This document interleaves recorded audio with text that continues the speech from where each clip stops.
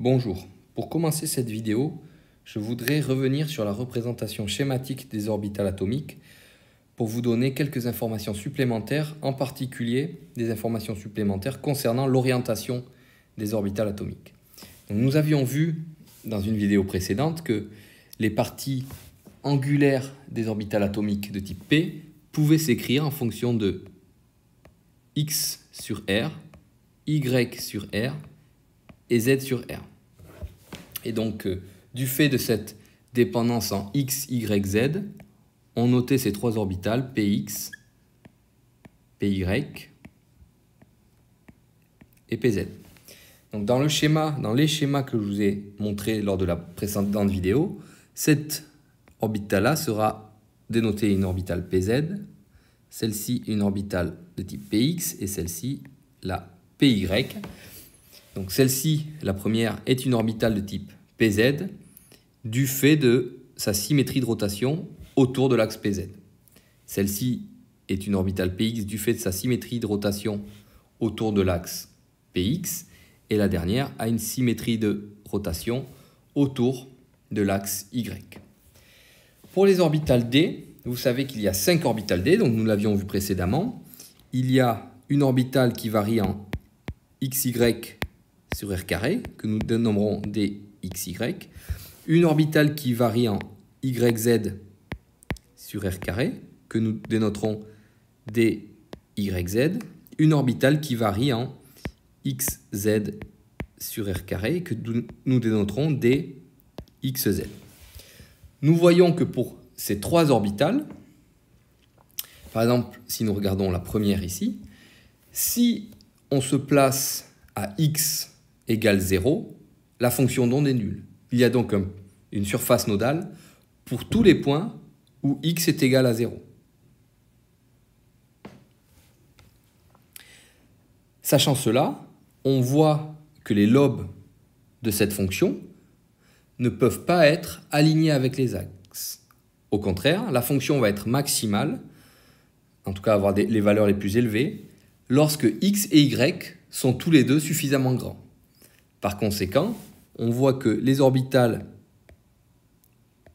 dxz, dyz et dxy ont leurs lobes qui sont bisecteurs des axes du système cartésien. Donc on voit bien ici que les lobes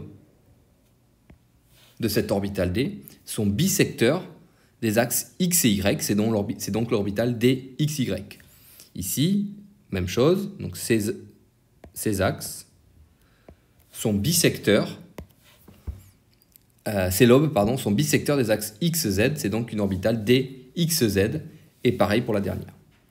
Donc celle-ci est légèrement différente, d'accord, puisqu'elle correspond à une rotation de 45 degrés de l'orbitale dxy, et il s'agit ici de l'orbitale dx2 moins y2, qui varie en x au carré moins y carré divisé par r carré. On voit ici, du fait de cette forme mathématique différente, que lorsque x égale 0, la fonction n'est pas nulle. Donc pour cette orbitale dx2 moins y2, les lobes sont alignés avec les axes xy, contrairement aux trois orbitales précédentes. Pour la dernière, la dz carré, on voit à nouveau la symétrie de révolution autour de l'axe z, comme pour une orbitale de type pz, à la différence qu'il y a maintenant cet anneau ici, présent dans le plan xy. Je passe maintenant à l'avant-dernière partie du cours, qui porte sur la densité de probabilité de présence radiale. Donc je réécris ici, en coordonnées sphériques, la condition de normalisation pour les orbitales atomiques. Donc intégrale sur tout l'espace, du conjugué de la fonction, fois la fonction, fois r carré sinus θ dr dθ dφ. Et la fonction, les orbitales atomiques étant normalisées, cette intégrale est égale à 1. Si maintenant je remplace ces fonctions par leur expression, c'est-à-dire que y de rθ fi est égal au produit partie radiale fois partie angulaire, je peux écrire cette nouvelle équation où je fais apparaître ici la partie radiale au carré et le carré du module de la partie angulaire, puisque les harmoniques sphériques peuvent être complexes. Et cette équation, cette intégrale, peut maintenant s'écrire comme un produit de deux intégrales, une intégrale sur la coordonnée r et une intégrale sur les variables θ et φ. Et on sait que ces deux intégrales sont toutes les deux égales à 1. La première, l'intégrale en r, correspond à la condition de normalisation de la partie radiale. La seconde, l'intégrale selon θ et φ, correspond à la condition de normalisation angulaire ou à la condition de normalisation des harmoniques sphériques. Nous allons nous attarder ici sur cette condition de normalisation, donc la condition de normalisation de la partie radiale. Cette condition de normalisation de la partie radiale, qu'est-ce qu'elle dit? Elle nous dit que la probabilité de trouver la particule entre le noyau et une distance infinie à ce noyau, c'est 1. Par conséquent, cette intégrale ici est bien une probabilité. Donc ce que l'on va trouver ici, ce grand R carré fois petit r carré dr, c'est une probabilité infinitésimale. C'est la probabilité de trouver la particule à une distance du noyau comprise entre r et r plus dr. Donc on peut noter, j'introduis ce dp nl de r, qui est une densité de probabilité de présence infinitésimale, que je définis comme grand R carré, c'est-à-dire la partie radiale au carré, fois petit r carré dr, et qui est exactement ce que j'avais ici sous l'intégrale. Si maintenant je divise cette expression par dr, c'est-à-dire que je fais passer le dr ici à gauche, j'obtiens une densité de probabilité, donc dpr divisé par dr, c'est une probabilité infinitésimale divisée par une distance infinitésimale. Donc j'ai bien une densité de probabilité infinitésimale qui s'exprime partie radiale au carré fois petit r carré. Cette expression, c'est ce qu'on appelle la densité de probabilité de présence radiale. Et je la note dans le cas général, ρnl de r. N et L ici étant les nombres quantiques n et L qui caractérisent la partie radiale sur laquelle on travaille. Donc nous allons regarder un petit peu ces fonctions ρnl de r. Si je regarde tout d'abord la partie radiale de l'orbital atomique 1s. Donc souvenez-vous, c'est simplement une exponentielle décroissante. On voit que cette fonction d'onde est cette partie radiale, cette fonction radiale est maximale pour r égale 0, mais on sait également que cette fonction n'a pas de sens physique. Ce qui a du sens physique, c'est la densité de probabilité de présence radiale. Donc je la définis ici, donc ρ10 de r, qui est égale à la partie radiale de la fonction au carré fois petit r carré. Et si je représente maintenant cette fonction, ici en rouge, vous voyez qu'elle a une forme complètement différente comparativement à la partie radiale. Donc la densité de probabilité de présence radiale en 0 est nulle, ce sera toujours le cas, et présente ici un maximum, alors que la partie radiale initiale était purement décroissante. Donc, souvenez-vous bien que seule la densité de probabilité de présence radiale a un sens physique, que la partie radiale de l'orbital atomique, elle, n'a aucun sens physique. Si on regarde maintenant des densités de probabilité de présence radiale pour des orbitales atomiques de n plus élevées, donc ici la partie 1, on regarde la partie radiale de l'orbital 2s, 3s et 4s ici, on sait que quand n augmente, on augmente le nombre de nœuds radiaux. Sur la 2s, un nœud radial, ici. Sur la 3s, 2 nœuds radiales. Sur la 4s, 4 nœuds radiaux. La présence de ces nœuds radiaux va induire des oscillations sur la densité de probabilité de présence radiale, puisque la densité de présence radiale va également s'annuler ici, ici, et aux 3 points ici. Donc on va faire apparaître un certain nombre d'extrémas,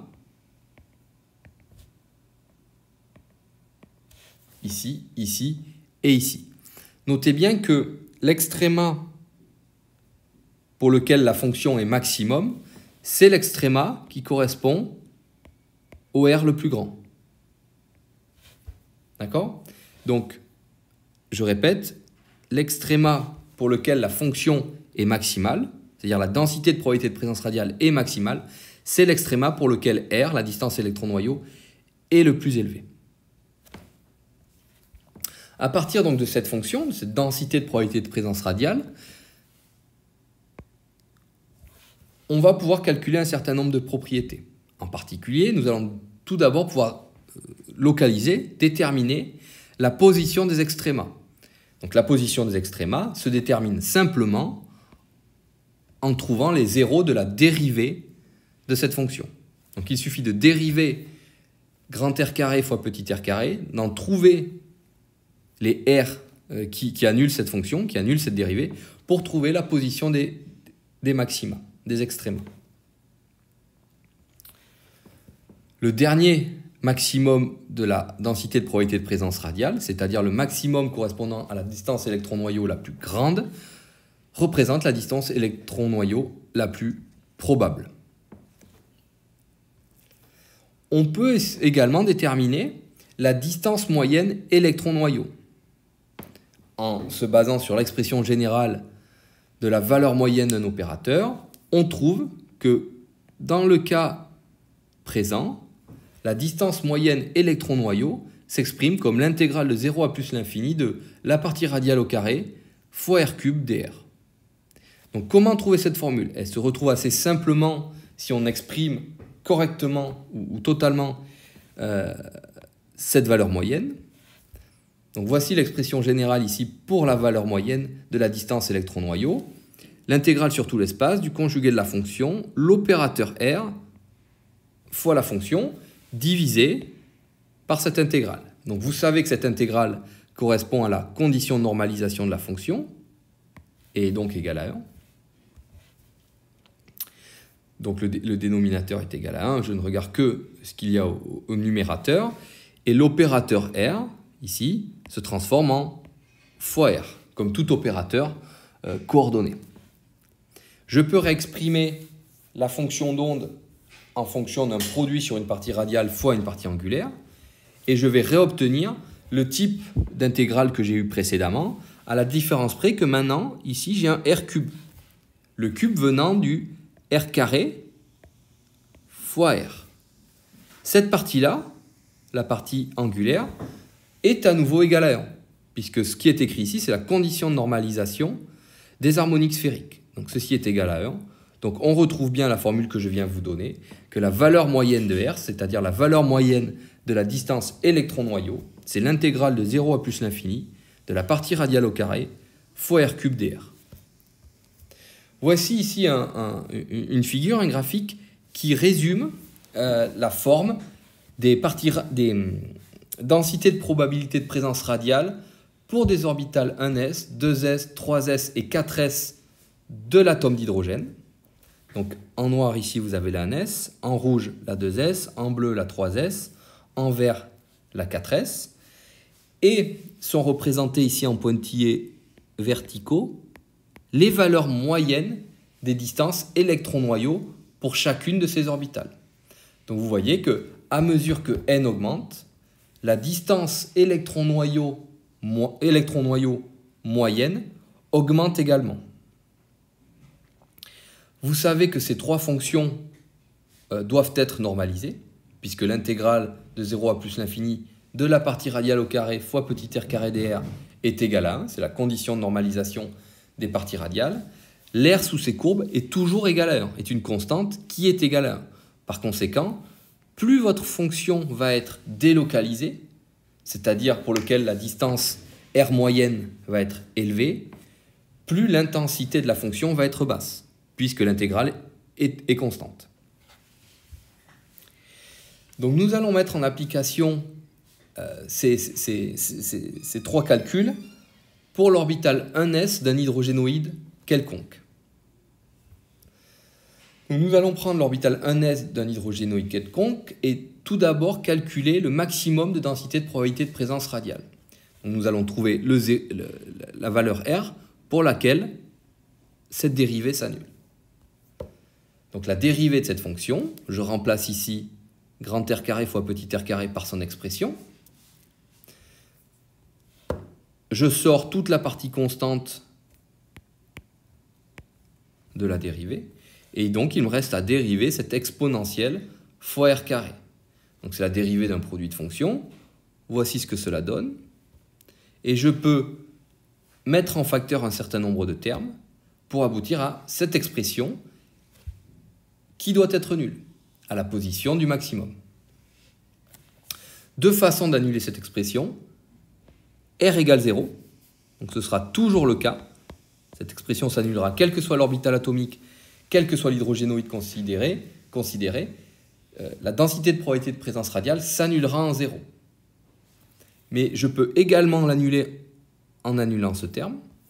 Et dans ce cas-là, j'ai moins z fois r sur a0 plus 1 égale 0, ce qui revient à écrire que r égale a0 sur z. Donc la fonction, la densité de probabilité de présence radiale ici, est maximale, présente un maximum, en A0 sur Z. Lorsque Z est égal à 1, c'est-à-dire dans le cas de l'atome d'hydrogène, le maximum est obtenu pour R égale A0, c'est-à-dire le rayon de bord. Et vous voyez pour ce schéma, c'est-à-dire ce maximum-là, ici, on se retrouve bien ici avec un A0.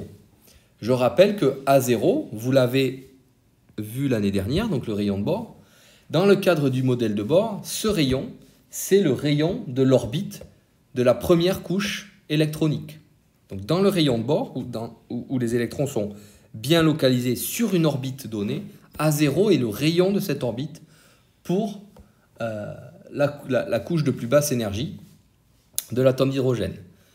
Dans le cadre de la théorie de la mécanique quantique, ce n'est pas le rayon d'une orbite, puisque les électrons n'ont pas d'orbite en mécanique quantique, mais c'est le maximum de la courbe de densité de probabilité de présence, c'est-à-dire la distance électron-noyau pour laquelle la probabilité de trouver l'électron va être maximale. On peut maintenant calculer la distance moyenne électron-noyau en partant de la formule que je vous ai donnée et en remplaçant ici par la partie radiale de l'orbital 1s. Donc, le calcul à effectuer ressemble à un calcul de normalisation de la partie radiale. Ne pas oublier donc ici le r cube. Il suffit ensuite d'appliquer la formule d'intégrale que je vous ai donnée dans votre manuel de TD. Et nous obtenons que la distance moyenne électron-noyau est égale à 3/2 de A0 sur Z. Donc deux choses importantes ici. A0 a la dimension d'une distance. Donc a priori, mon calcul aboutit à une distance, ce qui est positif, puisque je cherche une distance moyenne. Et surtout, je fais apparaître ici un divisé sur Z. Ce qui veut dire que plus l'hydrogénoïde va être lourd, c'est-à-dire plus mon noyau va contenir de protons, plus ma distance moyenne électron-noyau va diminuer. Donc on va avoir une contraction, d'accord, de la courbe noire ici, avec un maximum qui va se rapprocher de plus en plus du zéro, à mesure que le noyau de l'hydrogénoïde va augmenter, va grossir en termes de nombre de protons. On peut maintenant faire le même calcul pour la moyenne du carré de la distance électron-noyau. Donc il suffit maintenant, la démonstration est simple, de remplacer l'opérateur R que nous avions précédemment par un opérateur R carré. Et donc, au lieu d'avoir ici un R puissance 3, nous avons maintenant un R puissance 4. Donc le développement est identique. La formule à appliquer pour résoudre l'intégrale est la même.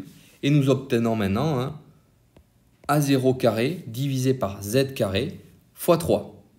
Donc nous cherchions une distance au carré et nous avons un résultat en A0 au carré. Donc notre résultat a la bonne dimension. Et à nouveau, vous voyez que l'expression aboutit à du Z divisé par Z carré. Par conséquent, plus le noyau de l'hydrogénoïde va être lourd, va contenir de protons, plus la valeur moyenne du R carré va être petite. Et donc à partir de là, nous pouvons calculer delta R, c'est-à-dire la dispersion des résultats de mesure sur la valeur de R, ou l'écart type sur la valeur de R, et nous obtenons racine carrée de 3 sur 2 fois A0 sur Z. Donc on a bien à nouveau la dimension d'une distance, mais surtout ce divisé par Z qui nous montre que, en plus d'avoir un maximum qui se rapproche de R égale 0, l'écart type, à mesure que le noyau grossit, tend aussi vers 0. C'est-à-dire que cette courbe en noir, sa largeur, va diminuer à mesure que Z va augmenter. Donc en plus d'avoir une valeur moyenne qui se rapproche, j'ai un écart type sur la valeur de R qui va également diminuer. Donc j'ai un électron qui est de plus en plus localisé en termes de position, en termes de distance électron-noyau. Et voilà pour cette vidéo sur les densités de probabilité de présence radiale.